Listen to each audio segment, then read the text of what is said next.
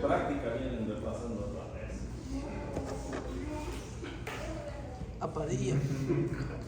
Pregúntale a Padilla. Te va a suspender, ¿qué pasa?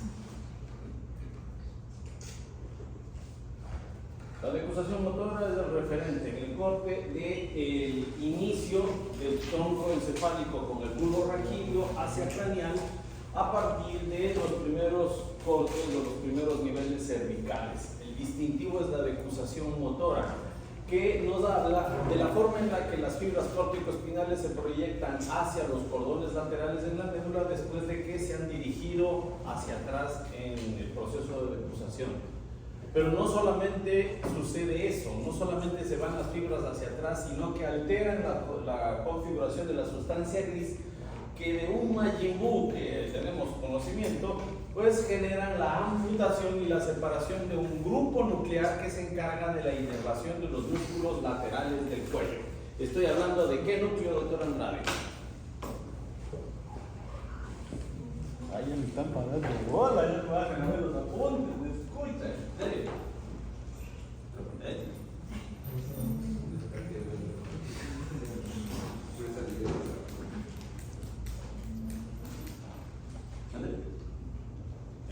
Menos. Núcleo espinal del accesorio. Núcleo espinal del Ya no accesorio. respondió antes, ya no respondió antes. Respondió lo mismo antes. Sí, respondió lo mismo. Pero eso no tiene eso de práctica. Y son sus amigos. Vamos, el núcleo espinal del accesorio. ¿Ya? Vamos a chequear, ¿no es cierto? Tenemos el núcleo espinal del accesorio que se va a encargar de inervar. ¿Qué músculos, mi estimado doctor Andrade? Vamos, recupérese por ahí mismo, a huevo. Digo, doctor, ya, menos al doctor Vega. Gracias, metido. ¿Qué le estás hablando? Pero si no le sopló. No, Igual se va mandando besitos. Oh. yo no escuché nada. Ya, entonces ya no le ponga el menos. Ya borro el mensaje. Ya. Claro, pues que en el chat tiene que poner.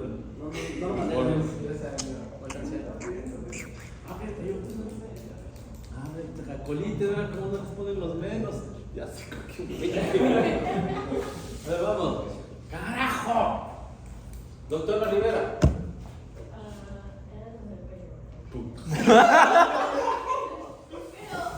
Me levanta la mano, carajo.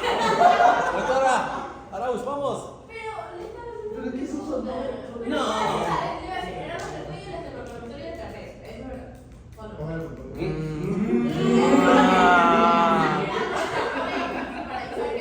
Ah, topero con ese, güey.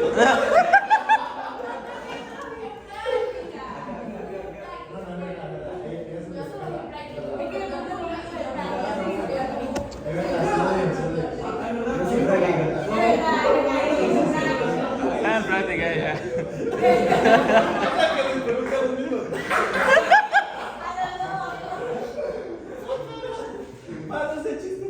Pero a mí sí que.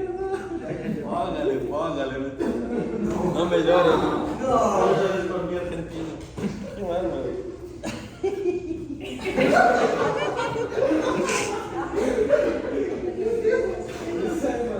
que venga con qué indignación que me dice la verdad.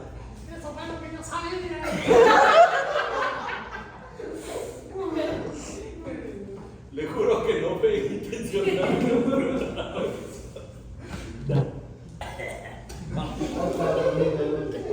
Núcleo espinal del trigémino. Sus funciones, ¿cuáles son?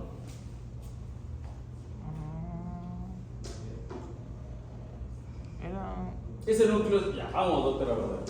Llevan a lo que es un dolor, tacto y. Eso, resúmalo, ¿eh? En la cara, creo que era. Sí, ¿de qué?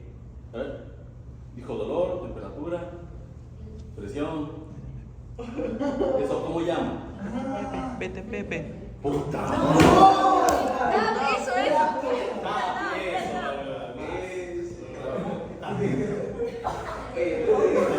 Vamos a encontrar encontrarnos con una serie de fascículos que ya teníamos familiarizados. Es incluso notorio que a este nivel ya se forma el lemnisco espinal. ¿Verdadero o falso, doctor Chiriguaya? En la decusación motora ya se forma el lemnisco espinal. ¿Eso es verdadero o falso? Sí, verdadero. Y no está mama. ¿Por qué? A ver, ¿quién dice que es falso eso? Doctora González, ¿por qué dice que es falso?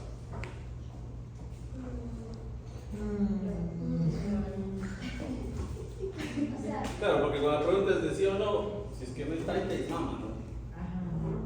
O sea, pero no, explique, argumenta. O sea, que se forma el lemnisco medial que proviene de la... Lemnisco espinal, del medial, estoy hablando del espinal. Ese es lo que se estaba formando. No está. Se están formando esos fascículos, están desde hace rato. Sí, claro, o sea, no se denominan porque en ese momento se están como cruzando. Y cuando ya baja, lo ves más bajo, ya se denomina como tal porque ya está como. Pero es que son ascendentes, no puede ser. Bueno, te pregunta. Era por la presencia de los núcleos olivares inferiores. A nivel de los núcleos olivares empieza recién la organización espiral o del lemnisco del final. sistema. Sí, ellos ya se juntan. A mí te lo volteo.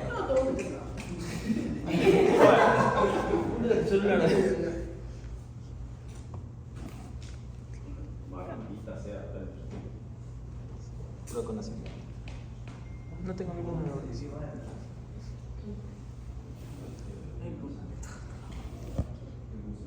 Ay, doctores, perdón, pero 5 minutos hasta que se carguen los dedos. Hay la disposición, que creo que ya no sé, para que presenten trabajos de investigación. Sí. Ya les encamaron en otras.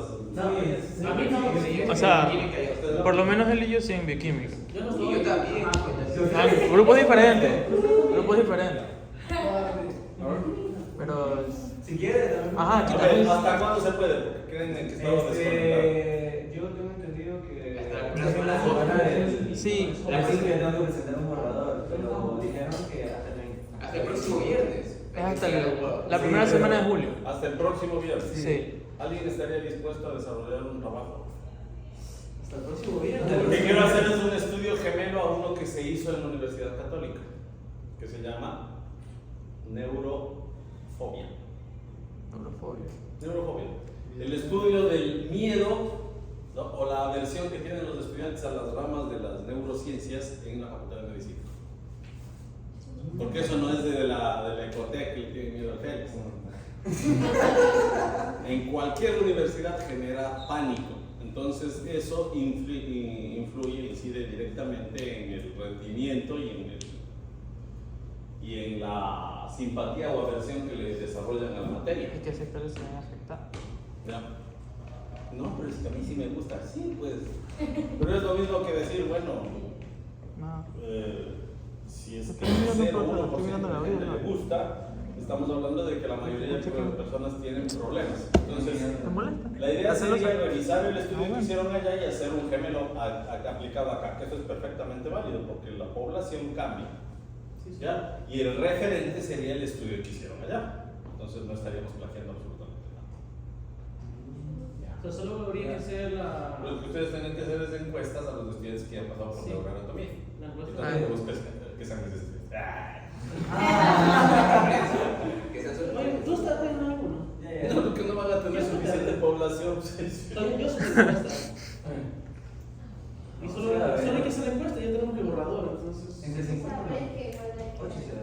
Ya, pues, hace Y un eso también tiene que Sí, presentarse pero una no sé si fecha. además. Hay que presentarse una fecha. Ah, ya, doctor, yo no Porque no ustedes puedo trabajan nada. además, pues. Y con los que también no ¿Tú se estás quieren metido? ¿Tú estás metido? Sí. Pero tú estás en bioquímica. ¿Y qué pasa? Venga.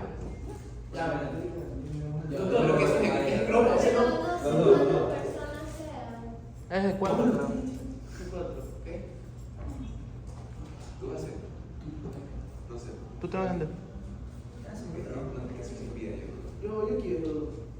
Sí, ya tengo lo de bioquímica, ya tengo todo hecho. Oye, O sea, Jiménez. el man por lo menos ya Nada, cogió una parte de la investigación nuestra y ya dijo, enfóquense solo en esto.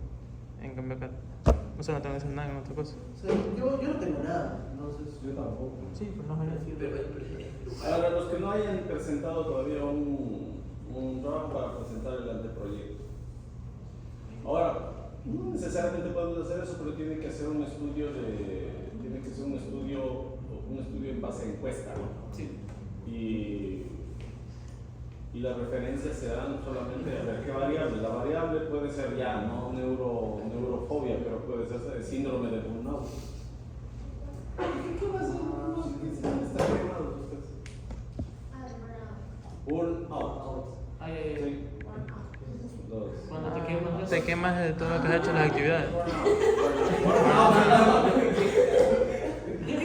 es burnout, burnout. Ese se llama el síndrome. ¿En qué grupo es cuándo? Quemado, el surmenage de las el abuelitas. cansancio acumulado. Exacto. El estrés que ya tienes de todo. Ay, soy eso. A los estudiantes. Entonces, como eso ya está estandarizado, ustedes quieren hacer el cargo de cómo está el rendimiento en los estudiantes de los niveles más altos. ¿Sí? Quieren ver si es que están con burnout sus compañeros. Y podemos hacer una comparativa entre los que empiezan de primero a los que están así, de la acumulación de cansancio. Bueno, primero es Nosotros también somos el segundo. No hay problema, o sea, ustedes tienen a los que están empezando, ¿ya? Y ese estudio podría proyectarse para presentarse de aquí a unos 2 años.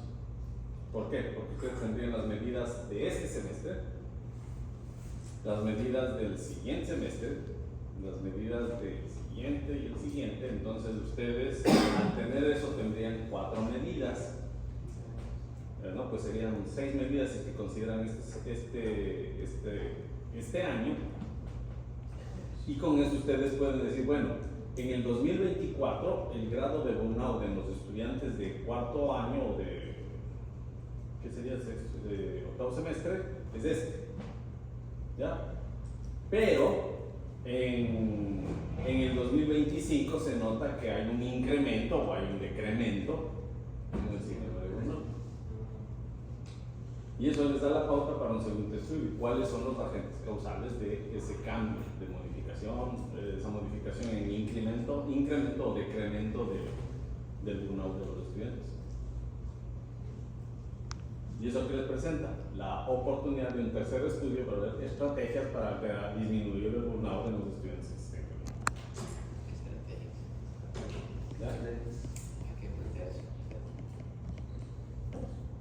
Entonces, por eso los estudiantes de medicina entienden por qué no es válida la ideología.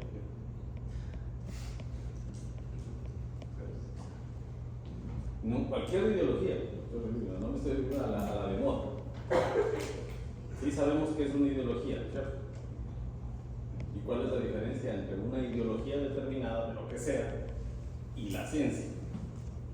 Que uno es lo que cree y otros son datos específicos. Uno es en base de datos.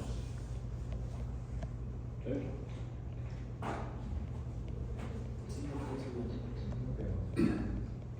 Si yo puedo decir que soy masculinista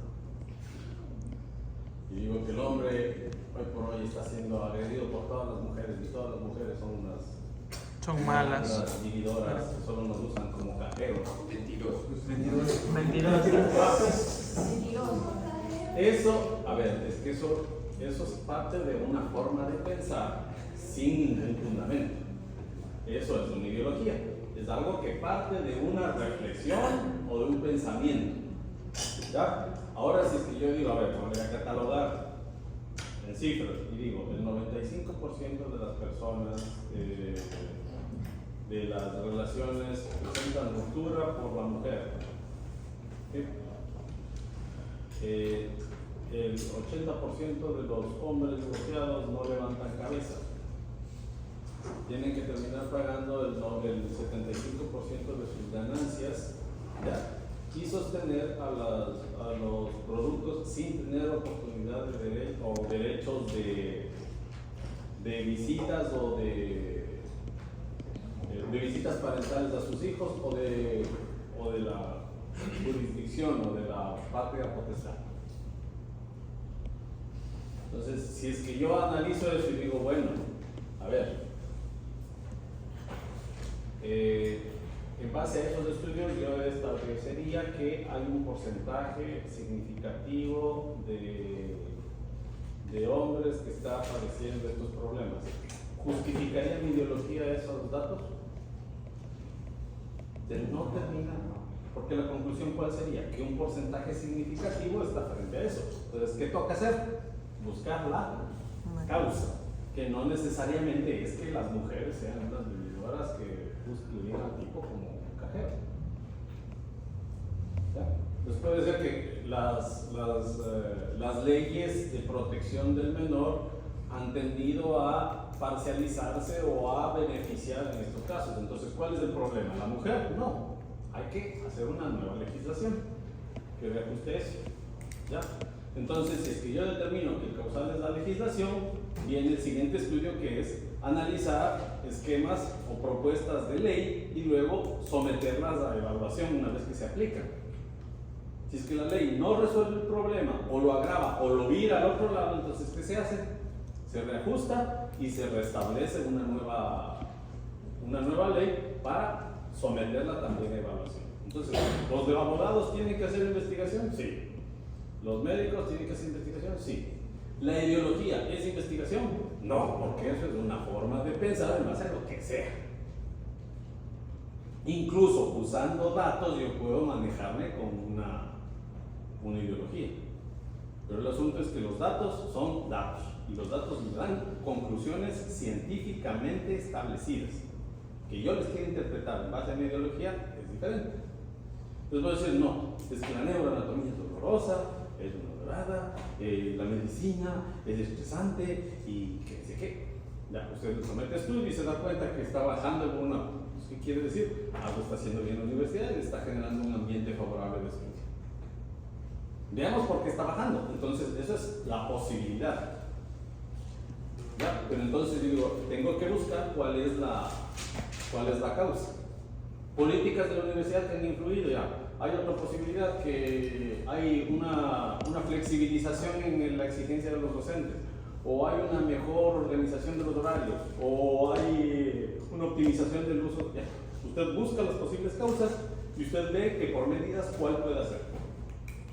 Entonces, por eso les decía lo de ideología. El momento en el que usted utiliza ideología para lo que sea, usted solamente hace una reflexión, pero eso no deja de ser solamente una hipótesis. ¿Ya? Entonces, la realidad no se basa en hipótesis, no son suposiciones. Usted tiene que verificar las conjeturas que usted hace, las suposiciones. Entonces, por eso hoy, antes de que me vayan a hinchar, porque las ideologías no pueden ser utilizadas como un sistema de conocimiento. ¿Dónde?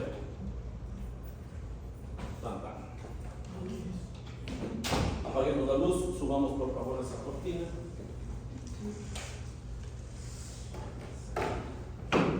Bulbo raquídeo. Entonces, doctores, voy a necesitar quienes ya estén comprometidos con otro trabajo de investigación. Relax. ¿Sí?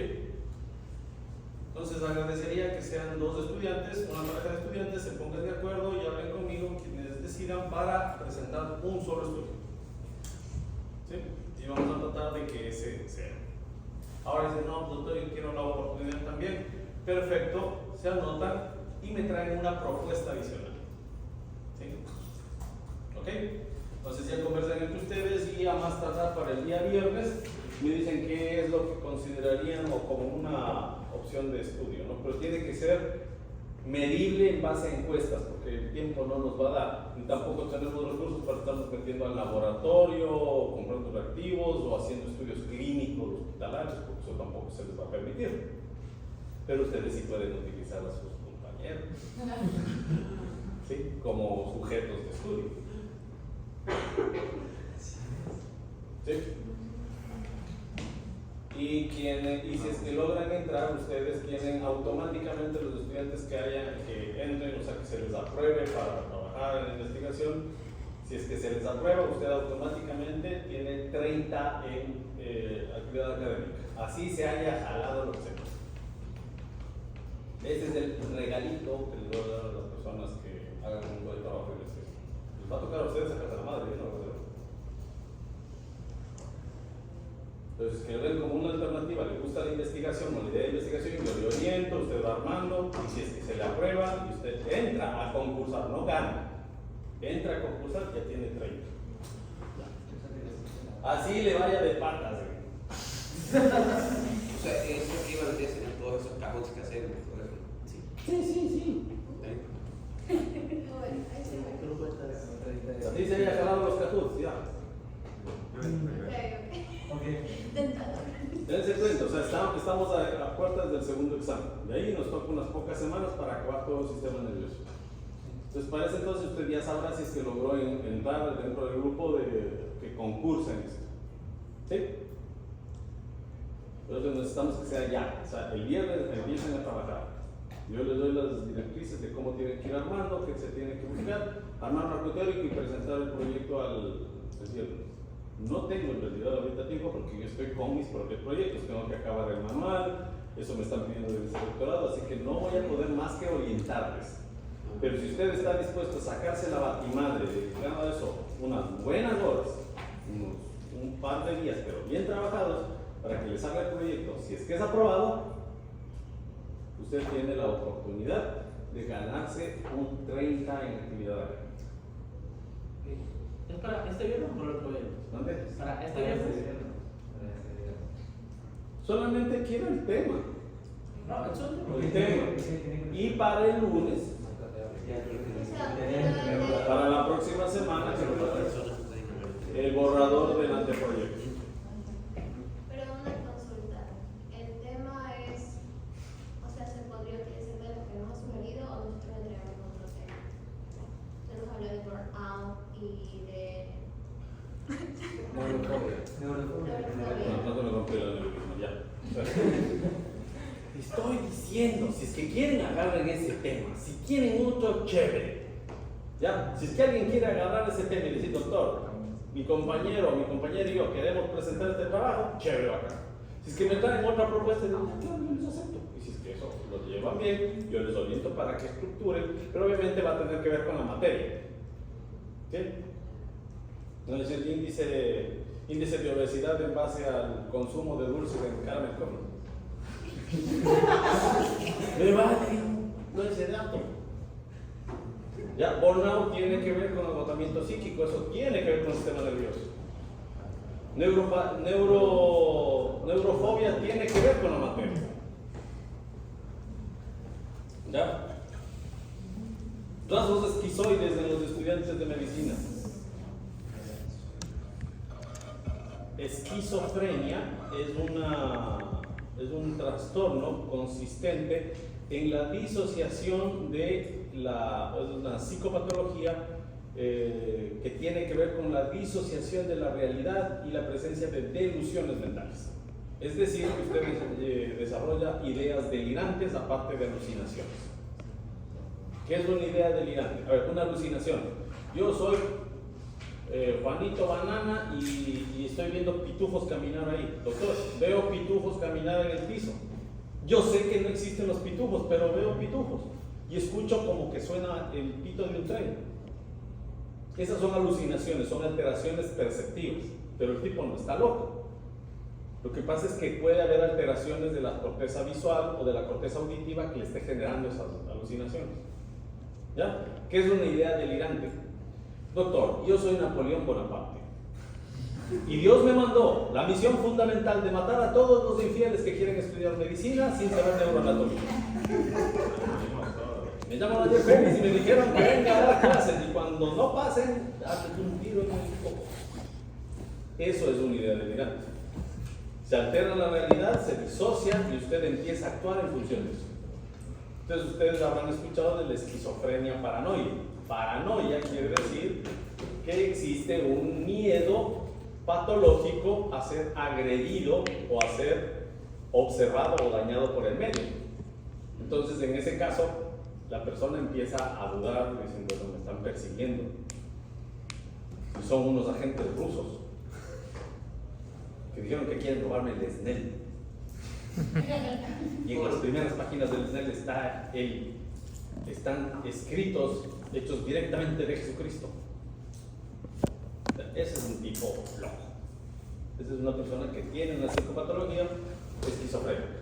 ¿Ya? Entonces, la base de la esquizofrenia es las ideas delirantes que disocian, ¿no es cierto? Ensimisman a la persona y le vuelven incapaz de relacionarse socialmente. Usted, para entrar a medicina, desarrolla cierta tendencia esquizoide. Oide, no es esquizofrénico, pero parece. Ah, sí. ¿Sí? Entonces, ¿qué hacen los esquizofrénicos? Esos mapas conceptuales así rarísimos, ¿no? Usted no hace esos mapas conceptuales, pero le encanta hacer unos apuntes así. Por eso se empiezan a volver esquizoides después de estudiar la anatomía, ¿no es cierto? ¡Puta madre! ¿Qué no estoy tomando en cuenta? Ya. Hacen esos mapas mentales. Les encanta armar rompecabezas, hacer crucigramas, hacer dibujitos para estar bonito. ¿Ya? Empiezan a decir, empiezan a tener esas ideas medio paranoides. Entonces, por eso se llama tendencia esquizoide, que no es una psicopatología, sino una neurosis. Entonces, los estudiantes de medicina tienden a desarrollar una cierta neurosis esquizoide. Entonces, podría ser también, ustedes quieren medir el grado de neurosis esquizoide en los estudiantes de medicina. O agárrenle a otros, agárrenle a los. ¿Dónde se pinta más de lo que lado? A ver, psicología.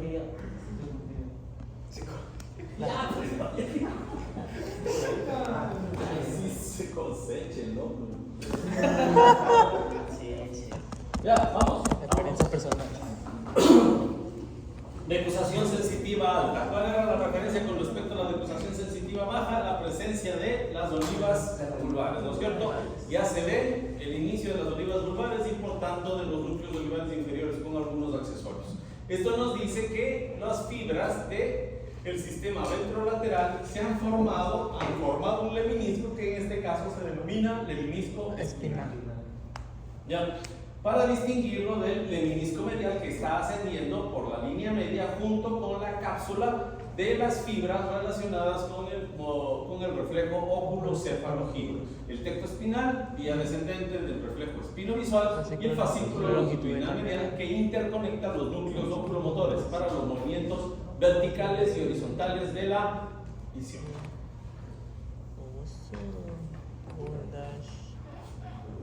¿Cuál era esa?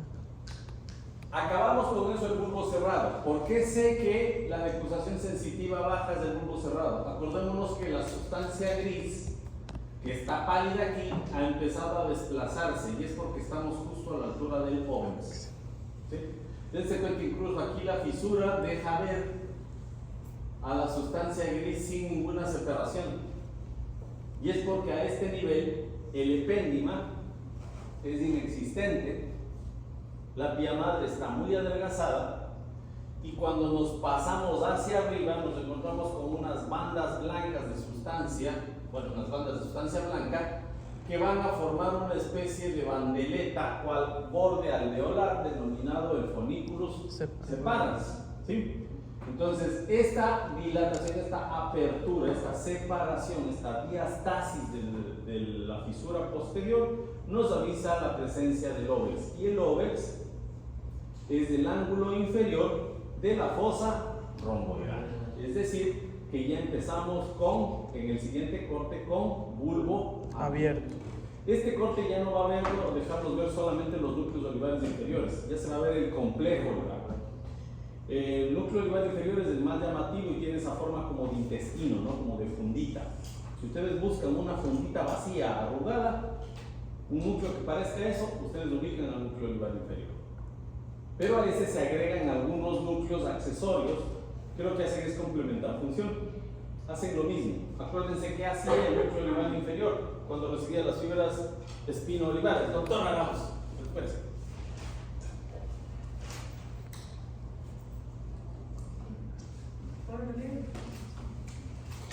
¿Qué hace el núcleo olivar inferior? Lo sabe, porque sí lo dijimos. Doctor Olivera, le pregunté eso yo varias veces. Entonces conteste. El doctor Ruiz Valle. Yo ya acabo, ¿está bien? ¿Qué escribí acá? Doctor Padilla. Sí, es los movimientos aprendidos. Gracias, doctor. Más. Sí, es el registro de los movimientos aprendidos que van a enviar toda esa información al cerebelo para que el cerebro, por la vía extrapiramidal, module los movimientos y usted pueda aprender, pueda manejar bicicleta sin tener que estar pensando o aprendiendo todos los días a manejar bicicleta. Y el tálamo. Curiosamente, este fenómeno de información cerebelosa que también tiene que subir a la corteza, porque usted se sube al carro y maneja porque es consciente que está haciéndolo, ¿no es cierto? No es que usted está pensando en una cosa y manejando por otro lado. Aunque ciertas personas sí quisieran eso, pero será motivo de otra clase. ¿Ya? Usted tiene que tener componentes de conciencia, ¿no es cierto? Pero el núcleo olivar inferior, entonces, o el complejo olivar inferior, lo que se va a encargar es de recibir la información de corteza que genera el movimiento, que genera la parte voluntaria y modularla para que usted automatice ese movimiento que ya lo guardó en la memoria de movimiento. La memoria de movimiento no es lo mismo que la memoria que usted tiene, la memoria consciente, a corto y largo plazo. Una memoria a corto plazo es, como les decía, hijito, anda a comprar cebolla, papas y tabacos a la tienda. Sí, usted va y regresa. Y una memoria a largo plazo es esa memoria que ha usado fases para registrarlo. ¿Ya? Cuénteme, ¿cuál es la relación entre las células de Renshaw y la función de la motoneurona? Eso vimos hace 2 semanas. ¿Sí? Usted ya hizo esas correlaciones, entonces me diría, se acordaría de Juanito Renshaw. ¿Ya? Y toda la vaina. La memoria del movimiento aprendido no tiene componentes de conciencia, se activa con la conciencia. Usted quiere nadar, entonces se activan los movimientos aprendidos, pero esa memoria, ¿a dónde va? Al cerebro. ¿Sí? Doctor, más o menos sería como que en los núcleos olivares inferiores sería como una programación y lo que tú recibes en la corteza activa eso y ya tú activas los movimientos que ya sabes. Por ejemplo, porque no tienes que procesar. El núcleo olivar es un sistema de filtro. Okay. ¿Sí? El núcleo olivar sirve para direccionar del núcleo olivar al cerebelo, al sitio específico donde yo guardo los movimientos de memoria. ¿Ya? Por ejemplo, no sé, pues yo... Doctor. Ya, perdón. Tiene toda la basura. Usted desarrolló un movimiento aprendido, generó conciencia, ¿no es cierto? Revisó. ¿Ya? Entonces el cerebelo tiene que funcionar para usted hacerle regular los movimientos globales nuevos que está desarrollando. Pero usted a través del núcleo olivar inferior metió información al cerebelo todas las veces que tuvo que coger algo al vuelo. Entonces esa memoria sale evocada con las nuevas medidas que tiene que hacer para agarrar algo. ¿Sí? ¿Sí se entiende? Ya. Mira el ejemplo, no era la patanada. Usted no,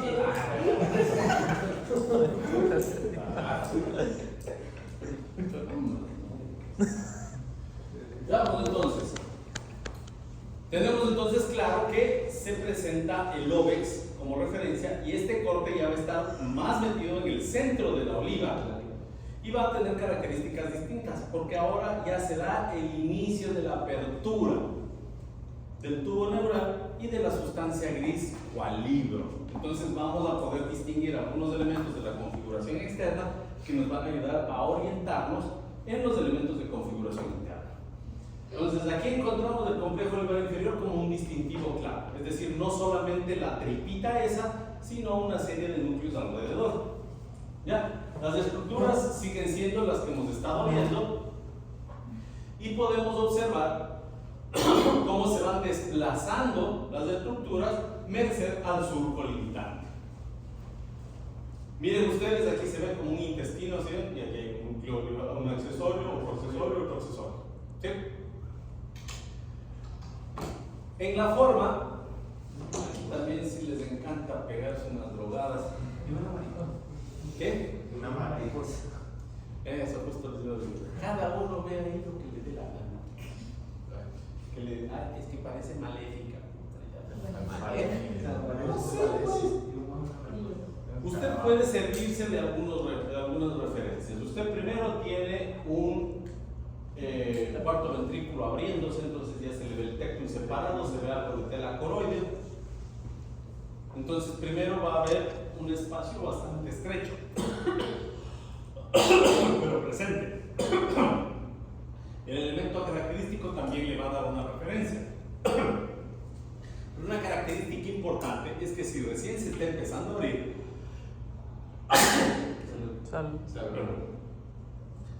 primero, a esta altura no va a tener núcleos de Golgi-Gurdas, porque los núcleos de Golgi-Gurdas ya se quedaron en bulbo cerrado. Acuérdense que se acaban de formar cuando ya las fibras arqueadas internas terminan haciendo el lemnisco. Entonces, desde que aparece el óvex para arriba, yo ya no tengo núcleos olivares. Tengo cuerpos restiforme y yuxta restiforme. Entonces, de estos espacios ya me van a dar la referencia de que van a aparecer núcleos vestibulares, porque hay el área vestibular, ¿cierto?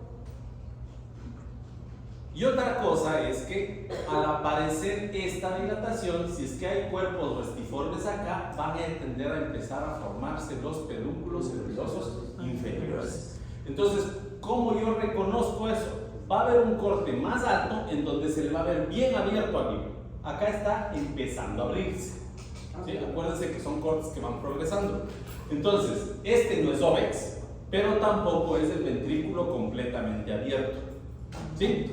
Eso determina que si es que yo trazo unos transversales en la parte de atrás y en la parte de adelante, el tamaño es más o menos el mismo. Entonces, si es que usted se guía de esos componentes o de la forma que a usted le apetezca, usted puede identificar que está a nivel de oliva tercio medio, que es el número del corte. ¿Sí?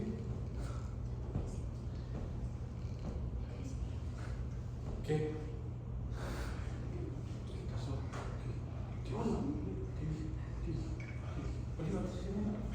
¿Qué pasó, doctora mujer? ¿Qué?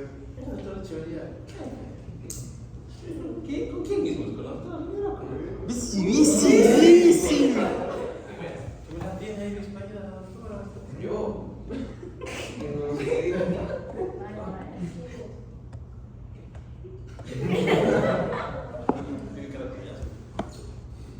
Que la doctora le ve y se mata de la risa. Yo que estoy acá, pero. ¿No? Dijo la vaca. Entonces, ¿qué era, doctorita? Cuenta el chiste. No me regué nada. Esos doctores son rasgos esquizoides. No reírse de nada, así está medio raro. Usted también está riendo. Ya, vamos.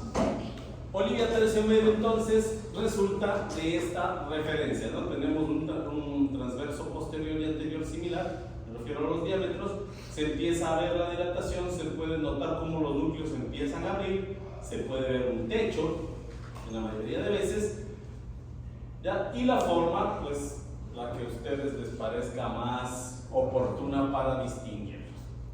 Entonces, vamos a ver. Aquí el surco del piso, que ya lo conocemos, acá van a estar los surcos limitantes, entonces esta va a ser el área vestibular, y esta va a ser área vestibular, y a este nivel van a ser los cordones teres.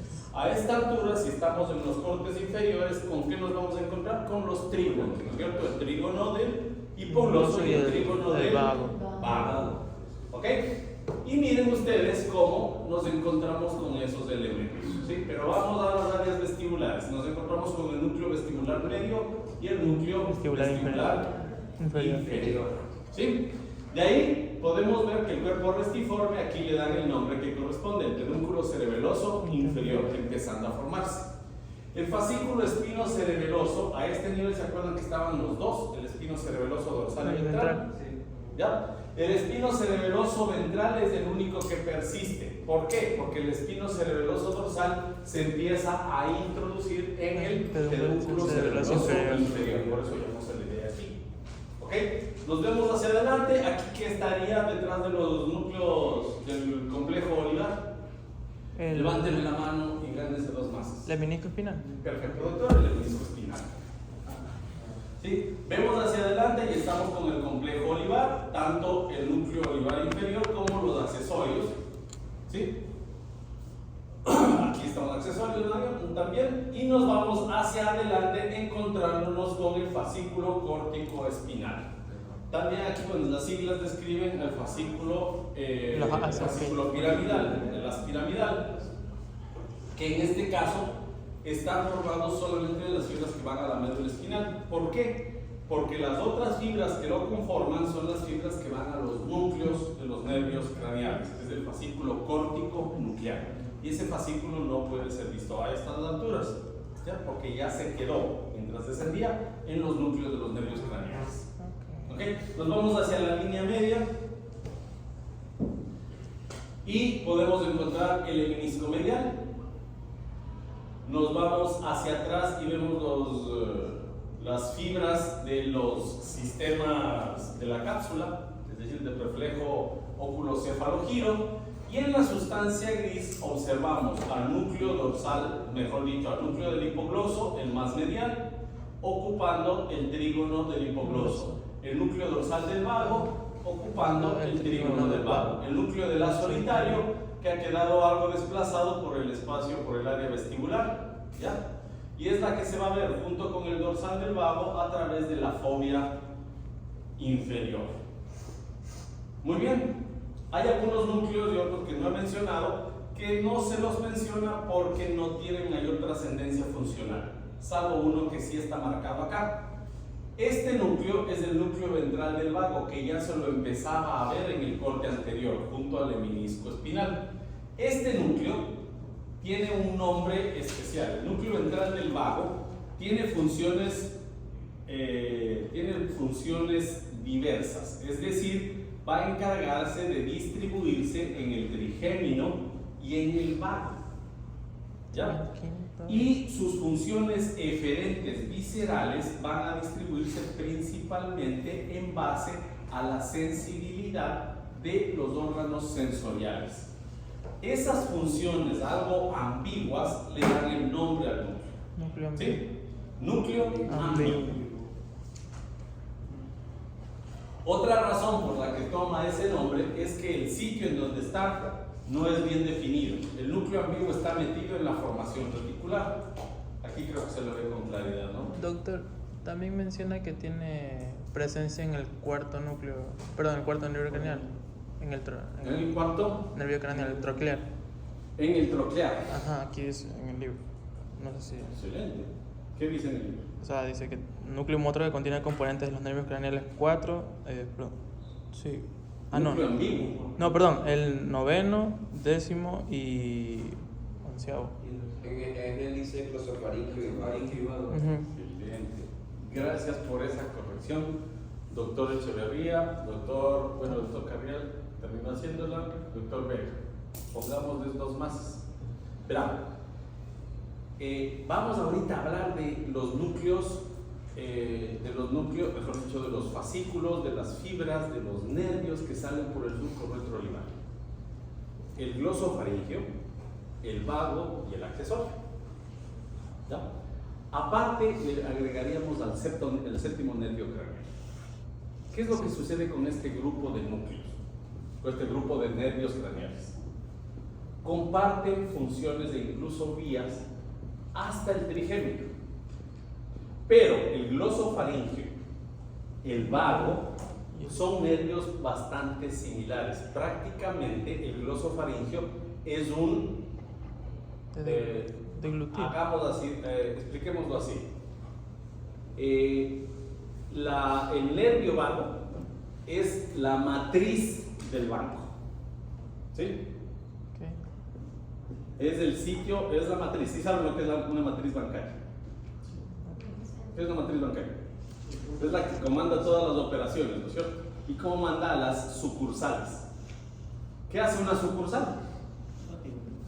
Cumple las mismas funciones de que la matriz, pero rindiéndole cuentas a la matriz. Hay cosas que usted solamente puede hacer en la matriz. ¿Ya? Pertenece a la misma institución, pero no están ubicadas en el mismo sitio, ni tienen el mismo aspecto. A ver, vamos. La matriz del Banco Pichincha que usted ve en la Orellana es un edificio grande, amarillo, todo. No puede igualarse a la sucursal del Banco Pichincha que usted encuentra en la Avenida de las Américas. ¿Sí? Es amarilla, pero no es lo mismo. Es más chiquita, hay cosas que puede hacer ahí, pero no cosas que tienen que obligadamente irse a la matriz. ¿Ya? ¿Por qué les explico esto? Porque el glosofaringio, sus principales funciones son aferentes sensoriales especiales y funciones autónomas. ¿Sí? Son funciones autónomas que complementan a la función del nervio vago, que es la matriz. El nervio vago va a encargarse de las funciones. No, es que no me hizo sentido. ¿Sí? Entonces, usted, si se ve anatómicamente, están en el mismo sitio. Y el glosofaringio, al igual que el vago, tienen una aferencia visceral común. ¿Cuál es esa? El núcleo de la solitario. Este núcleo de la solitario también envía fibras a otra sucursal del nervio vago. ¿Cuál es este? El núcleo ambiguo o núcleo ventral del vago, que va a encargarse de formar unas fibras que ustedes ven que es la tercera sucursal o la segunda sucursal del vago. ¿Cuál es esta? La parte vulvar del nervio accesorio. Okay. ¿Ya? Entonces, glosofaringio y accesorio son sucursales de la matriz que es el vago. Okay. Y el facial y el trigémino funcionan más o menos como el banco del barrio. ¿Sí? ¿Por qué? Porque también envían fibras que utilizan al trigémino y al facial para llegar a sus sitios. ¿Sí? ¿Estamos?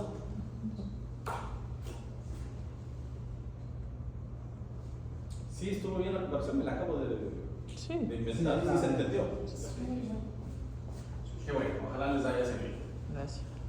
Entonces acordémonos que acá aparece el fascículo longitudinal medial, ya lo estábamos viendo, pero recordemos cuál es su función. ¿Sí? Al fascículo longitudinal medial lo vamos a comparar con algo para que ya de una vez quede instituido.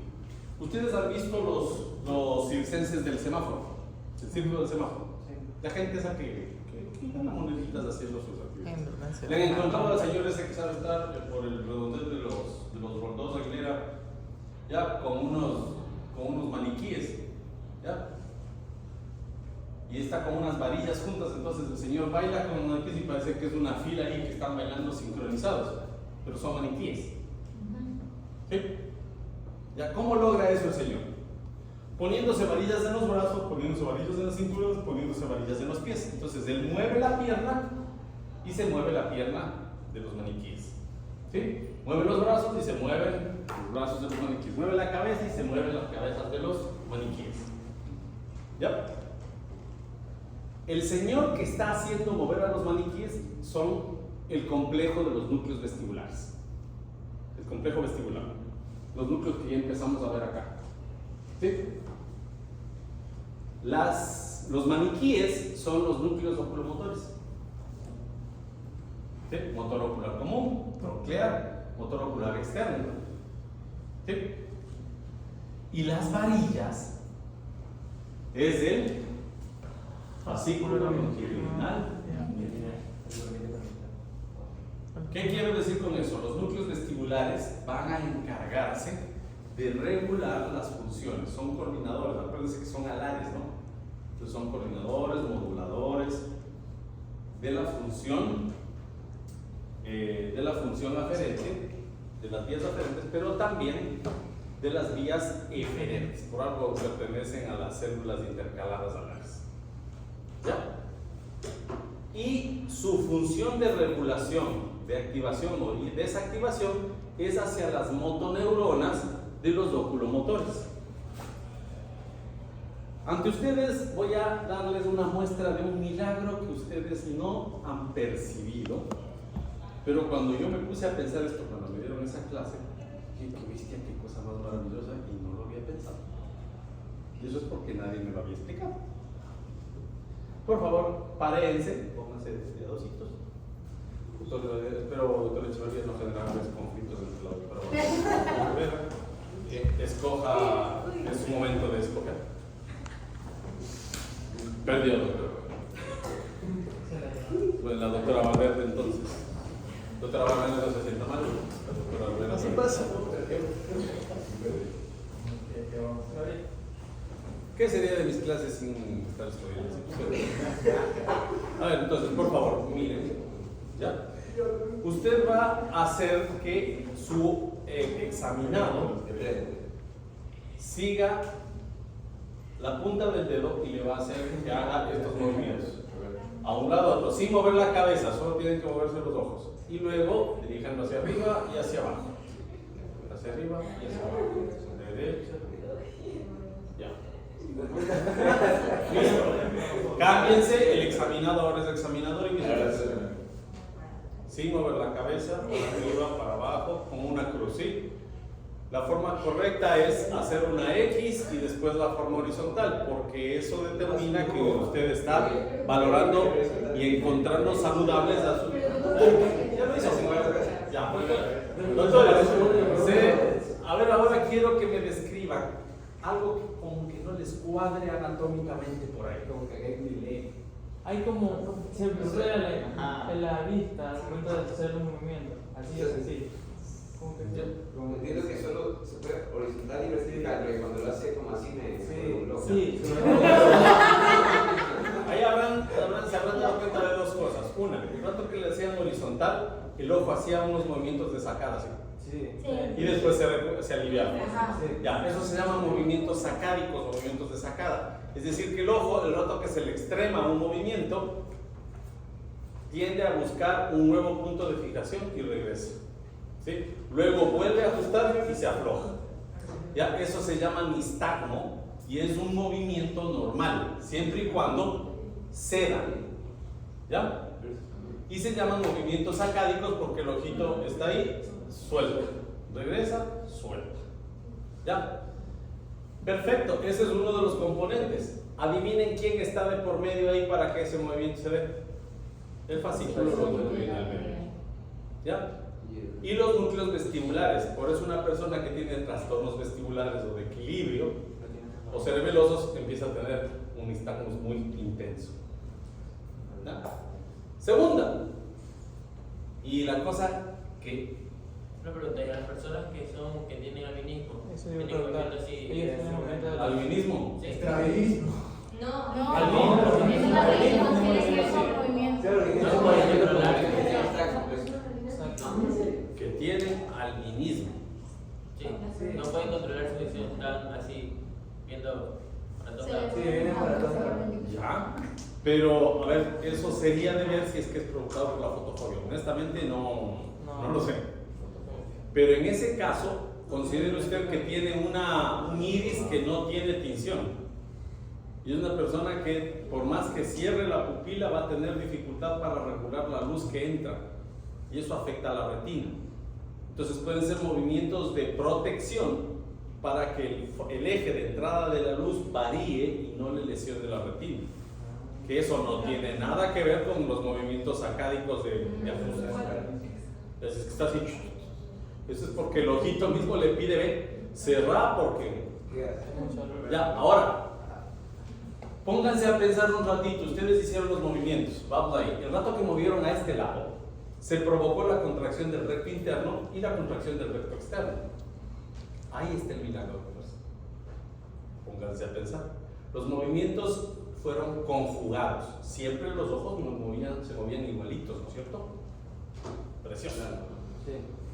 Pero no dependían de un solo núcleo ni de un solo nervio. Mantuvieron la coordinación perfecta y estaban generados por núcleos y nervios distintos y distantes. El rato que se movieron hacia la izquierda, en este caso, se activó el recto interno dependiente del músculo del nervio oculomotor común. Y este activó al motor ocular externo. Entonces, sin ser el mismo nervio ni el mismo núcleo, funcionaron conjugados y perfectamente sincronizados. Ahí está el milagro de la evolución en el movimiento ocular. Entonces, movimientos conjugados en sentido horizontal hablan de la función que cumple el fascículo longitudinal medial. Y por eso lo comparamos con un núcleo vestibular, que es el señor del semáforo, que tiene unas varillas que son el fascículo longitudinal medial, que hace que maniquíes distantes se muevan exactamente igual a lo designado por el operador. ¿Sí? ¿Estamos? Ahora entonces, ustedes podrían decirme qué sería lo primero que se afecta si es que una persona presenta una lesión del núcleo motor ocular externo. Se daña la eminencia teres. Estrabismo, ¿no es cierto? ¿De qué tipo?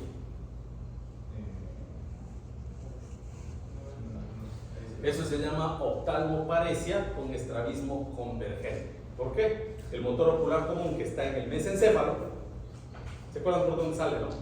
Fosa interpeduncular. ¿Ya? Si es que se daña el núcleo que está a esa misma altura, no, a ver, si se daña la eminencia teres que está en la protuberancia, y el motor ocular común es el motor ocular externo es el que se afecta, la persona ya no va a poder hacer este movimiento.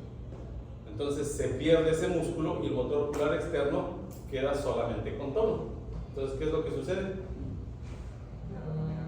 El ojo choca la visión.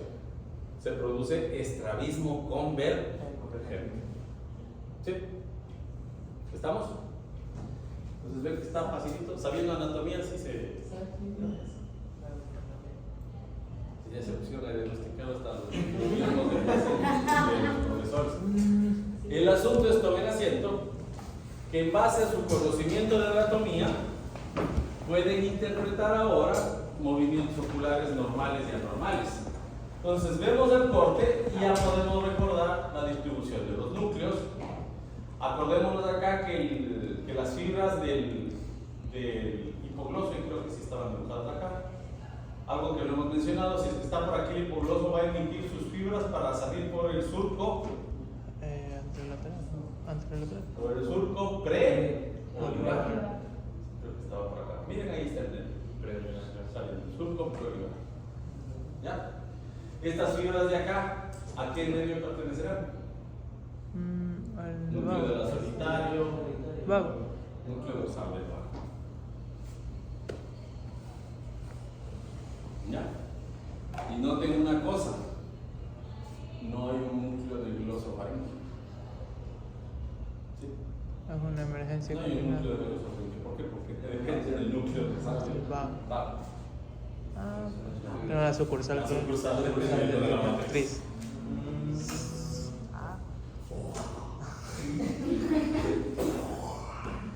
¿Cómo es seguir? No me van a decir que es bonita la neurona. Ay, se va a Pero dígalo alto. Núcleos cocleares. Al nivel de los núcleos cocleares, ¿ya? Describe que el corte ya pasa un poquito más de arriba, ¿sí? Y este va a tocar los pedúnculos cerebelosos inferiores, pero de una forma contundente. Incluso ya se van a ver los pedúnculos cerebelosos medios. ¿Ya? Entonces, ¿qué vamos a ver? Pedúnculos cerebelosos inferiores bien marcados y el eje posterior va a estar mucho más dilatado por la presencia de estos núcleos. ¿Sí? Entonces esa va a ser nuestra referencia para poder identificar. Y usualmente ahí podemos encontrar a los nervios vestíbulo-cocleares emergiendo del ángulo ponto cerebroso, es decir, de la fosa retro o el lumbar. ¿Ya? Peritoneal, casi. Veamos entonces, miren doctores, los núcleos vestibulares, miren, ya está bien abierto el cuarto ventrículo. Este sí parece un gusano hasta con las antenas, ¿no? ¿Sí? Noten ustedes que este eje transverso es mucho mayor que el anterior, a diferencia del otro corte que era más chiquito. ¿Por qué? Porque el pedúnculo cerebeloso inferior está bien marcado acá. Aquí tendríamos el espino cerebeloso ventral todavía presente, el inferior ya ingresó por el pedúnculo cerebeloso inferior. Vemos vemos a los núcleos cocleares, el núcleo coclear anterior, el núcleo coclear posterior rodeando el pedúnculo cerebeloso inferior, es decir, inserto en él, los núcleos vestibulares inferior y medial. ¿Sí? Aquí podemos observar, acá podemos observar justo por detrás del fascículo longitudinal medial, una cosa importante, el área de la sustancia gris donde teníamos a los núcleos distribuidos en el núcleo de la solitario, el núcleo dorsal del vago, el núcleo del hipogloso ya no se ve, ¿no es cierto? Entonces, a estas alturas, cuando ya estamos cerca de las estrías acústicas, es decir, acá, cuando estamos con las barbas del cálamo que están aquí pintadas, yo ya no encuentro núcleos. Yo ya no encuentro los núcleos de sustancia gris que estaba viendo hasta el corte anterior. Lo que sí voy a ver es algunos núcleos que tienen funciones relacionadas con actividad visceral de la formación reticular. Y aquí se encuentra un núcleo pequeñito entre el fascículo longitudinal medial y el núcleo vestibular medial, que se llama el núcleo prepósito. ¿Sí? Otra vez, por favor, se paran y se ven operador. ¿Sí? Por favor, doctores. Se van a ver hacia adelante. ¿Ya? Escuchen bien lo que les voy a decir que hagan. Y usted el que va a ser operado, o sea, el que va a ser examinado, va a ser observado por su compañero, pero para que ejecute exactamente lo que yo le digo. ¿Sí? Sin cerrar los ojos y de una, sin pensarlo, para que funcione. ¿Sí? Escuche bien, a la cuenta de 3. Saque la lengua y apúntela a la izquierda.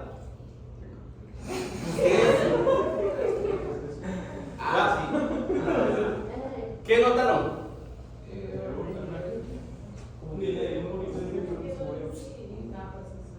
A ver. Y sus ojos se movieron en el sentido de la lengua, ¿no es cierto? Ya, alguien más. Él lo dice,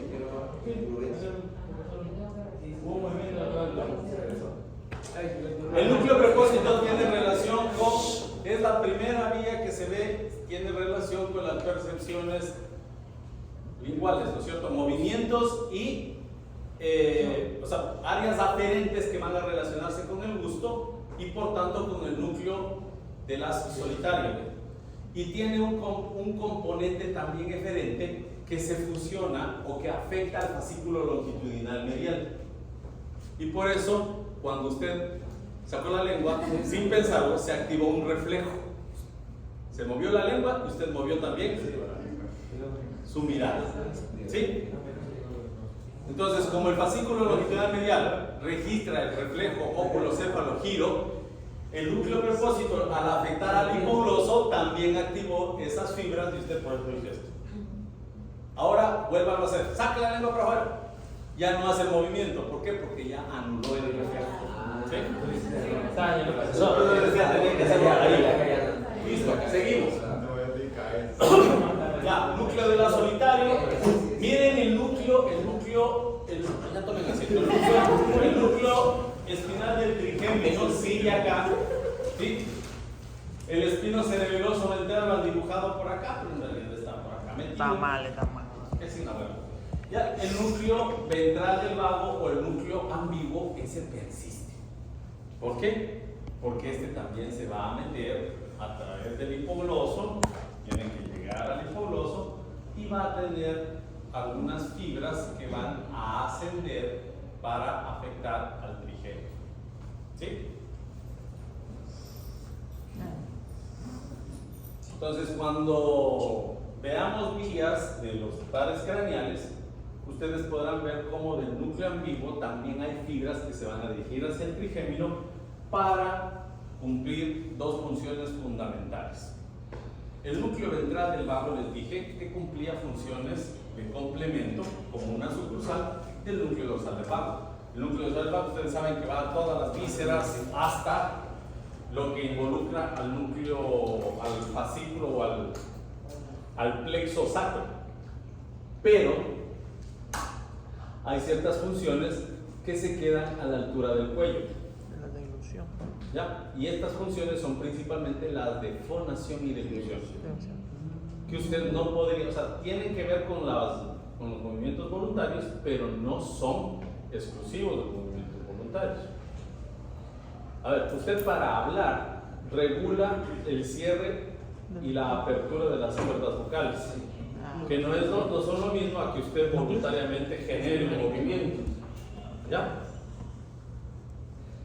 Y usted desde que es bebé llora a cierto tono por la acomodación de sus cuerdas vocales. Entonces eso no es algo que aprendió como a hablar.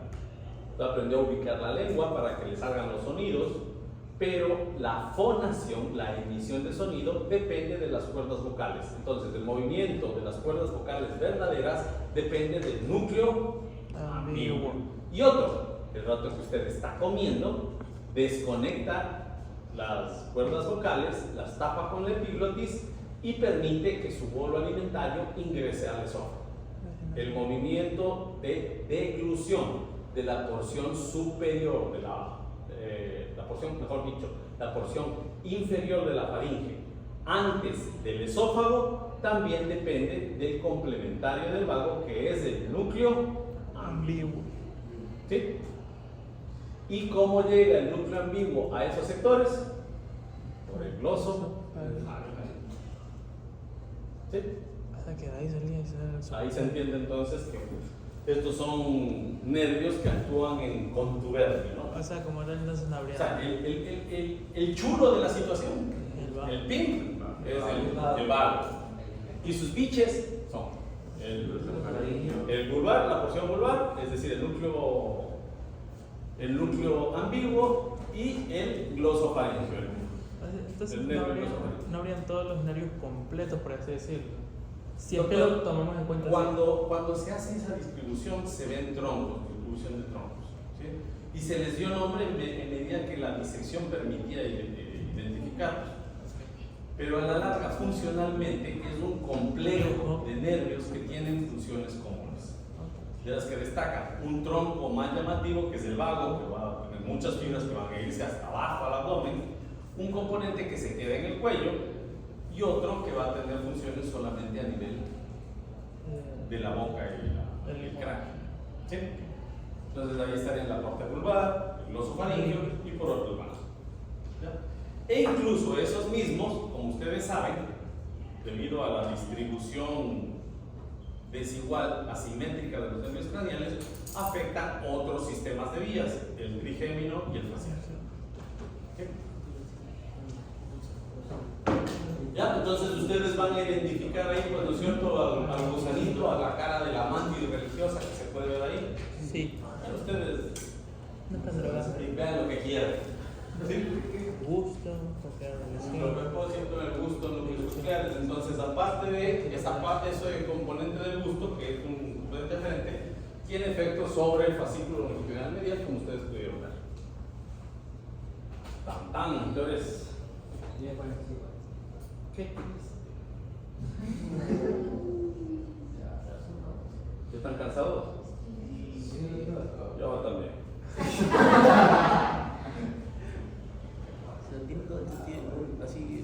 Pero esa es la diferencia entre los winners y los losers.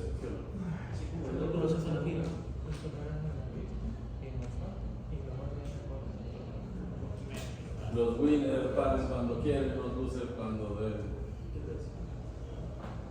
Hace reciente cuando hablamos de las zonificaciones que se comunican todos sobre los padres y donde dejan colateral para hacer la comunicación con los monstruos. Es decir, un favor muy craneal, pero vamos. Sí,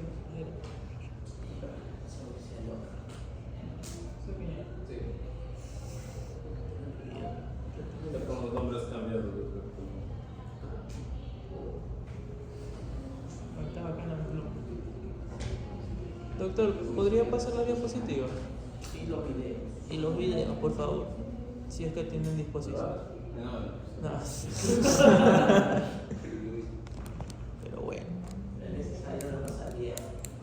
Porque ese examen se lo veo bonito. Ese examen será ¿Va a estar sufrido? Sí, mucho. Por el peso. Esos no eran los colículos. Superiores e inferiores del surco interbranquial, el surco cruciforme.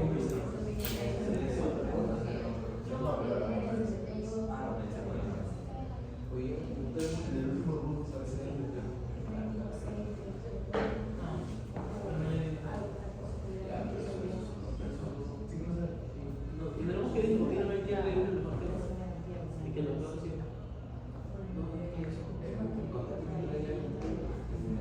O sea, pero sí.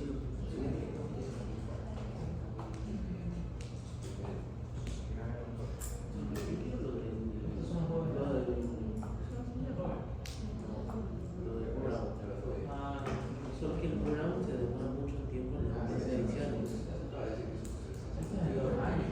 O sea, sí, pero no pasa el tema. O sea, se viene de primero. Sí. No tiene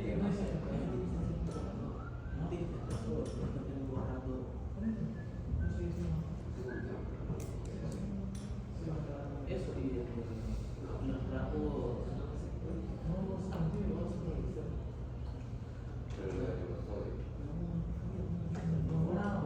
y lo otro también lo que me interesa es lo de ¿cómo se llama? Los rasgos Me vino a la mente el mago de Oz.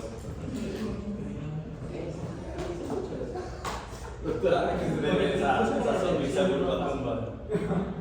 Iván, solo que Vente. es la relación de todo eso. Mande.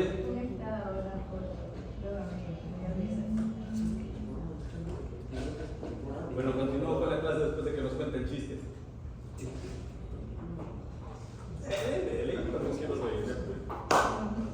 Vamos. Bebecita. Es que estábamos hablando de que iba a contar que íbamos a, entonces yo le busqué un chat de una amiga y la última conversación me hizo la risa de eso, Vamos. Configuración interna de la protuberancia. Hemos pasado del corte más alto donde podían ver la vulvar, pero ya dejamos de ver los núcleos, encontramos novedades ahí, tesoritos como el núcleo prepósito. Ya hay el núcleo en vivo ya definido, bien ubicado en medio de la sustancia reticular. Hay un dato que es importante que se les mencione, aunque ya fue nombrado en el momento del desarrollo, ¿ya? Y en su momento también cuando empezamos a hablar de generalidades, pero va a repetirse en este momento. Acuérdense que el tubo neural con esta distribución nos dejaba un área que era el techo o tectum, el piso o base, ¿no es cierto? La lámina alar, la lámina basal y el surco limitante, ¿no es cierto? Esto determinaba un área de células que se denomina la capa del manto, un área germinal que luego termina siendo la capa ependimaria y un área periférica llena de fibras que es la capa marginal. ¿De acuerdo? ¿Ya? Esto, reflejado ya en el individuo adulto, nos daba en la médula espinal un sector en forma de DH que describía que el techo se había limitado a una comisura gris posterior, ¿no es cierto? ¿Ya? Porque aquí está el agujero ependimario que tiene esa formita de rombo, ¿verdad? ¿Ya? El piso, ¿a qué iba a corresponder? Pues a la comisura gris anterior. Y vamos a encontrar toda esta sustancia gris distribuida en forma de astas. Entonces nos va bien que esto se llame área comisural y esto astas dorsales y ventrales. No hay problema, ¿no es cierto? ¿Ya? El área marginal pues toma la forma de cordones. Listo, no ha habido problema ahí. Ahora, ¿qué es lo que sucede? De esto tenemos que acordarnos que el tronco encefálico luego se formó y tuvo esta forma, ¿verdad? Con la partición, ¿verdad? En bulbo cerrado. ¿Ya? Tenemos el techo arriba, la base acá abajo, este sector de aquí, que es sustancia gris y se ha distribuido en esos núcleos. Y teníamos la novedad de que todo ese sector formaba una estructura reticular que se denominaba la formación reticular, ¿verdad? ¿Ya? Ok, el momento en el que este bulbo se empieza a abrir, el área de sustancia gris ya no se le va a ver así, sino que se ve un techo que ahora es solamente un velo medular, ¿sí? La sustancia gris que se abre como un aro, como un libro. Y la sustancia blanca que se ubica principalmente en la periferia, con algunos núcleos por acá, ¿cierto? ¿Ok? En este punto, la terminología se modifica un poco. Y ya desde aquí podríamos identificar que todo lo que forme sustancia gris, ¿sí? Es decir, el área tisular donde están los núcleos, va a tomar el nombre de tegmentum, ¿sí? El sitio del techo va a seguir llamándose tectum. El piso va a formar parte del tegmentum, ¿sí?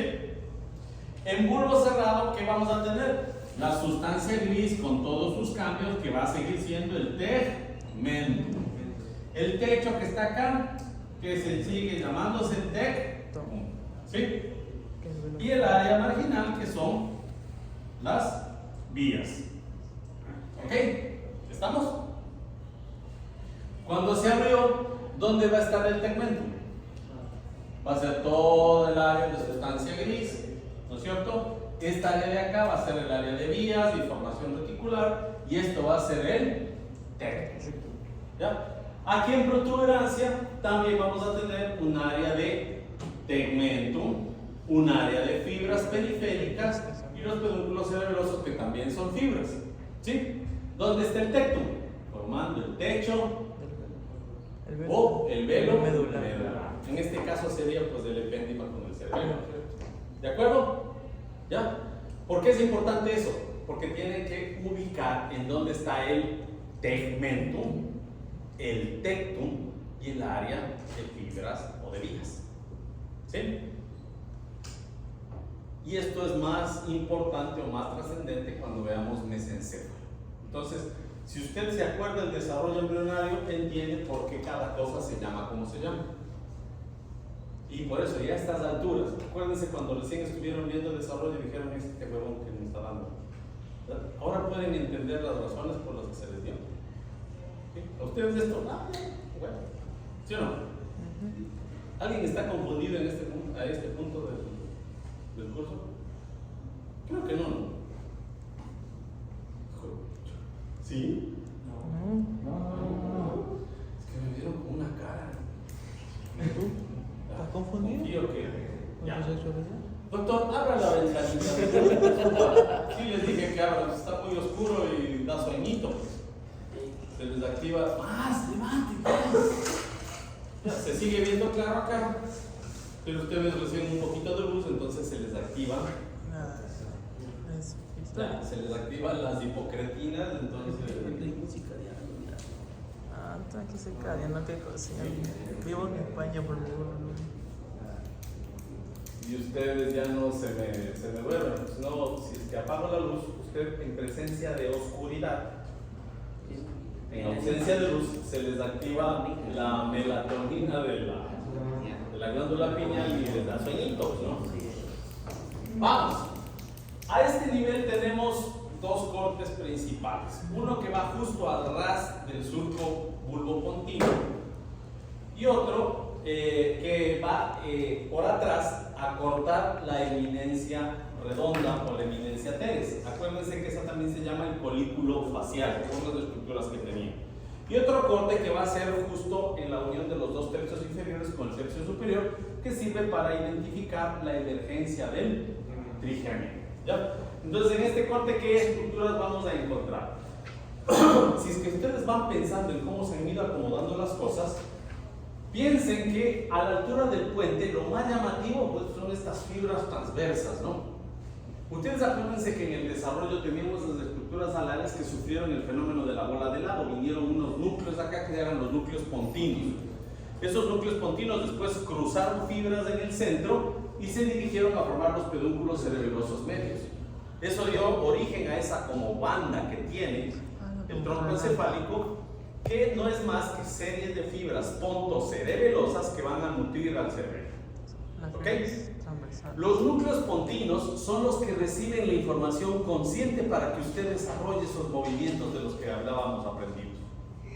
Cuando su papá le subió en la bicicleta y le dijo agarra la mano así, usted estaba concientizando y al mismo tiempo estaba mandando información aferente a través de la vía espino-olivar a los núcleos olivares inferiores para que calladito mande al cerebelo y usted registre los movimientos aprendidos. Eso, los movimientos que usted aprendía sin saber que aprendía, que no eran parte de la conciencia, sino que se guardaban para que usted los ejecute cuando la conciencia lo dijera. Entonces, estos núcleos pontinos que están acá, vamos a ver, uno tiene que estar por acá sin marcar. Miren, si ven estas manchitas de acá, estos son los núcleos pontinos, no estas de acá. Son estos núcleos de acá. Generan estas fibras transversas que se van hacia los pedúnculos cerebrosos medios. Entonces, esas fibras, esos núcleos reciben fibras descendentes que vienen desde la corteza parietal, de la corteza frontal, de la corteza occipital, de la corteza temporal. Y toda esa información es descendente. Son fibras asociativas que mandan toda esa data de su posición, de las órdenes, de la voluntad, de lo que le decía su papá, etcétera, hacia esos núcleos para que lleguen al cerebro y terminen ejecutando el movimiento de una manera regular. ¿Ok? Estas estructuras que están metidas en qué sector será esto? Tegmentum, tectum o área de vías. Tegmentum. Área de vías, ¿sí? Dense cuenta lo gruesa que es. Al formarse, hicieron que el tegmentum se desplace y se achaque, se aplaste para allá, ¿sí o no? ¿Sí? ¿Sí se dan cuenta que esto de acá es el tegmentum?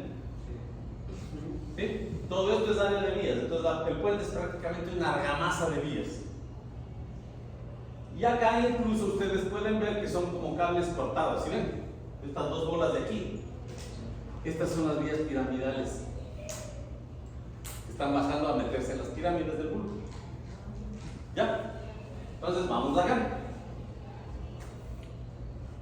Podemos observar entonces en todo este sector que el tegmento, todas las estructuras del tegmento están aplastadas para allá. Y las vías incluso del sistema de vías que estaban ocupando este sector, por la presencia de estos fascículos transversos o pontocerebelosos, han sido aplastadas y desplazadas. Entonces vamos a encontrar que en la eminencia teres, ahí están las estructuras que ya conocemos. El núcleo vestibular, el núcleo del abducens, el núcleo del abducens, ¿sí? O el núcleo motor ocular externo. De ahí, más hacia abajo, en el mismo sector, alejado del surco limitante, está el núcleo del séptimo nervio craneal, que emite sus fibras, le rodean formando una rodilla y van a salir por la fosa supraolivar. ¿Ya? En este punto hemos visto los elementos de la eminencia teres o del colículo facial. A este nivel teníamos que encontrarnos con los elementos de la capsulita que vimos a nivel de la médula, ¿no es cierto? El fascículo longitudinal medial, que en médula es vestíbulo espinal medial, y el tecto espinal. ¿Ya? Miren ustedes que están como aplastados, como compactados, pero se mantienen en la línea media, fascículo longitudinal medial y tecto espinal. ¿Cuál sería acá abajo? El menisco medial, sí. El menisco medial. Pero como el menisco medial fue desplazado y aplastado, se vira para acá. ¿Sí? ¿Sí ven? El menisco medial entonces queda aquí, se le abre para un lado. ¿Ok? ¿Ya? Quisiera que ustedes noten acá que hay una forma como de trapecio, ¿sí? Y aquí hay un puntito de rafia. Eso es también un fenómeno de formación de un lemnisco, ¿ya? Pero no se confundan con el lemnisco medial. Esta área de aquí, de cruzación, está viniendo desde los folículos, desde los núcleos cocleares. No viene desde los folículos, desde los núcleos cocleares, es decir, de los núcleos que estaban en el pedúnculo cerebeloso inferior en el otro córneo. ¿Sí me están siguiendo? ¿O ya se retiro? Ya. Aquí teníamos la área del menisco lateral, ¿no es cierto? El menisco medial, perdón. Noten estas fibras de acá. ¿Sí se dan cuenta?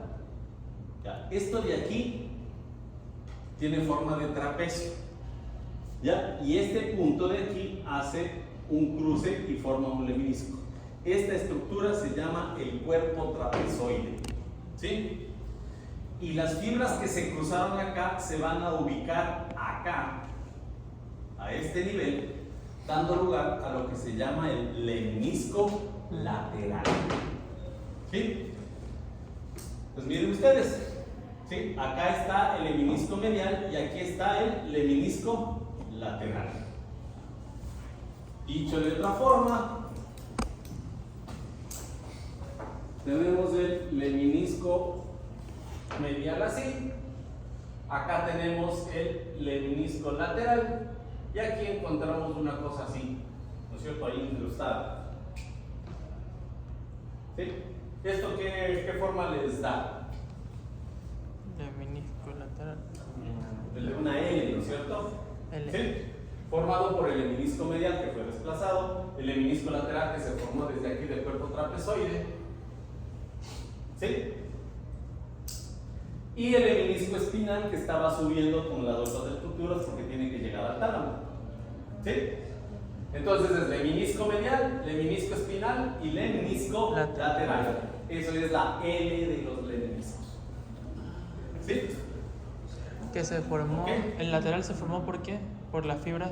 Por las fibras que se cruzaron aquí en el cuerpo trapezoide. Avanzaron y formaron la L de los lemniscos. Sí. Ok. Entonces aquí está el menisco medial, el menisco espinal, el menisco lateral.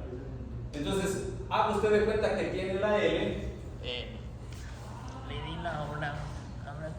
Y en este punto, Rubro espinal. ¿ya? Es como una, acuérdense de Bender. ¿Sí saben quién es Bender Ramírez? Nunca han visto Futurama. Ah, sí. Indignos, impíos de estos. Vende. Pesa mi brillante trasero metálico. No. Sí. Sí. Sí. El robot, el robot. Pues el robot. El robot. De Futurama. El que se abría la panza así. Entonces, cuando se acuerden de la L de los lemniscos, recuerden que Bender Ramírez siempre tomaba martinis. Sí, creo que les estoy haciendo asociaciones que están ya fuera de boca.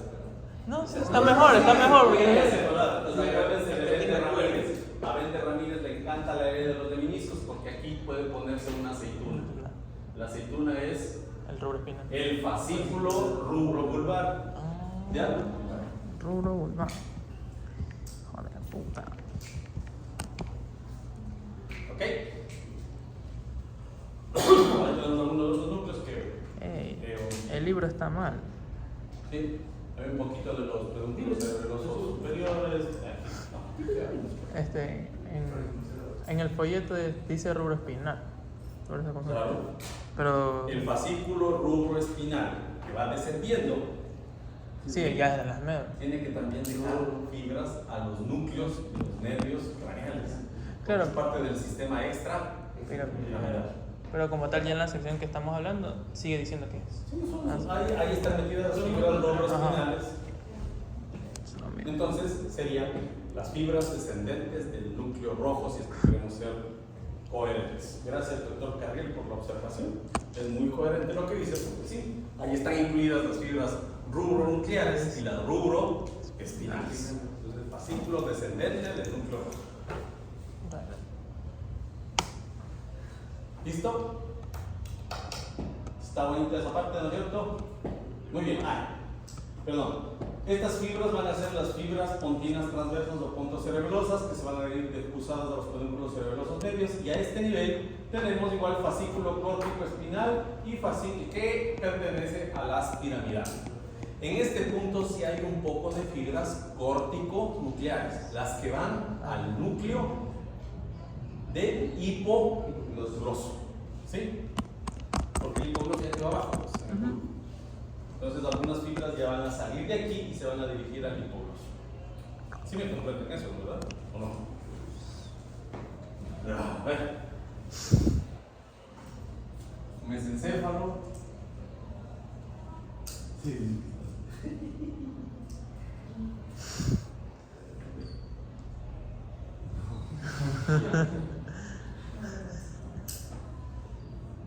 ¿Viste que ¿A cuándo se le vende? Vende Ramírez? Vende.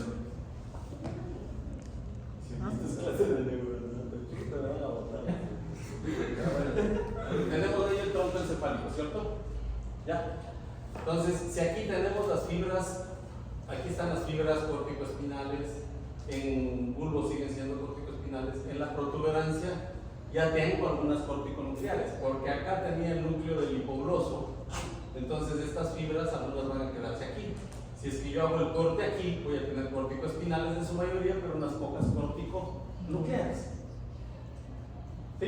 Si es que yo hago el corte en mesencéfalo, ahí sí voy a tener un montón de fibras corticonucleares y corticovulvares. Entonces a esta altura en mesencéfalo ahí sí ya tengo que hablar de aspiramidal.